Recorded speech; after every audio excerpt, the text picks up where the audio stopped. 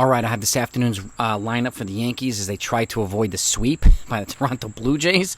They've already lost 3 games on them in the standings, and if they win today, it'll be back to 2. So hopefully that happens. But before I do the lineup, there's 2 roster moves the Yankees made. And keep in mind, September roster expansion in a week, there's going to be more moves. So if you want to know what they are, make sure you subscribe to the channel. If you do, hit the notification bell so you don't miss live videos. So I thank you either way.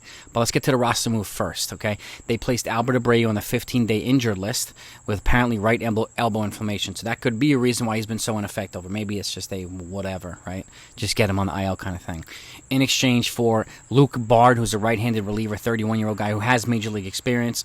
He was in their AAA farm, so they brought him up. Now, I know it's not Clark Schmidt, but I'm guessing, and this is just a guess, that they're waiting to the September roster expansion next week to call up Clark Schmidt. That way, if Bard works out, they're adding Schmidt to him because you don't have to make corresponding moves once the roster expands. They just expand the roster. So that's my guess, giving Schmidt another week and then bringing him up without having to send somebody down.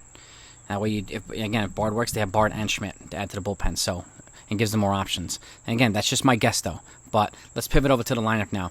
Andrew Benintendi's leading off, playing left field. Aaron Judge is batting second. He's got a half a day today. He's DHing. Anthony Rizzo's batting third, first base. DJ LeMahieu is batting cleanup, third base. Gleyber Torres is batting fifth, second base. Oswaldo Cabrera is at shortstop today, batting sixth. Aaron Hicks is back in the lineup. Hopefully he's learned a little bit during his timeout. But he's in center field batting seventh. Jose Trevino's at the dish batting eighth. And Marwin Gonzalez is in right field batting ninth. So, and Nestor Cortez, the mustache, is on the mound. So that's the lineup. Again, you know, we're still waiting for Stanton to come back. And hopefully, remember, because Stanton goes through these pitches too. He's been injured every year with the Yankees. He's like injured, and then he comes back, and then he's slow, and then he hits singles, and he hits home runs. Like, it's just cycle thing with Stanton. So, you know, Stanton's not going to save the team by himself.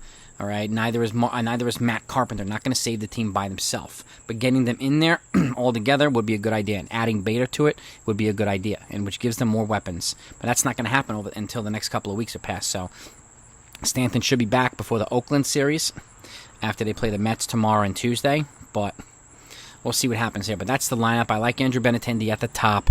They still need to move these guys. Like I'm still of the opinion that Gleyber Torres and Josh Donaldson need to be pushed down once Carpenter and Stanton come back in.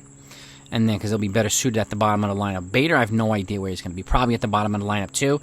His versatility and his defense will come into play. And I know people are not fans of moving Jordan Montgomery for him, but looks like the Yankees were, you know, thought they needed more of Bader's versatility than Montgomery's left-handed bat, because they do have a better left-handed starter right now in Nestor Cortez.